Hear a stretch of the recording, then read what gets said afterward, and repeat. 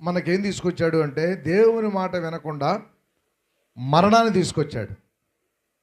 మొదటి ఆదాము దేవుడు ఏం చెప్పాడు? చక్కగా ఏదైనా తోటలో సంతోషంగా జీవించమని ఏదైనా తోటనిస్తే మొదటి ఆదాము దేవుని మాటలను ప్రక్కన పెట్టి ఏం చేశాడంటే మనకేం తీసుకొచ్చాడండి? మరణం తీసుకొచ్చాడు. ఆజ్ఞ అతిక్రమమే పాపము, పాపం వల్ల వచ్చు జీతం మరణం. రెండవ ఆదాము వచ్చేసే వరకు ప్రభువైన యేసుక్రీస్తు.